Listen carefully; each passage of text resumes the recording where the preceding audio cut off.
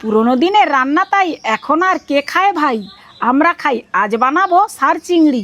চিংড়ি মাছগুলোকে কেটে নোংরা পরিষ্কার করে ভালো করে ধুয়ে নুন হলুদ মাখিয়ে রেখে দিলাম।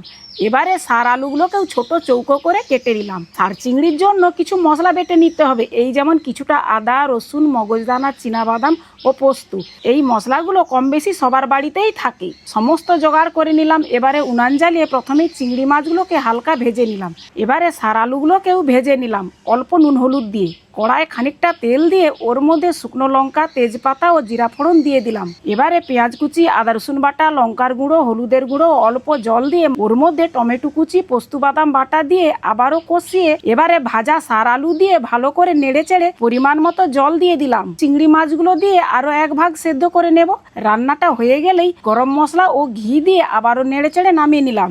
এইভাবে রান্না করলে এই রান্না দিয়েই পেট ভরে ভাত ও রুটি খাওয়া যায়।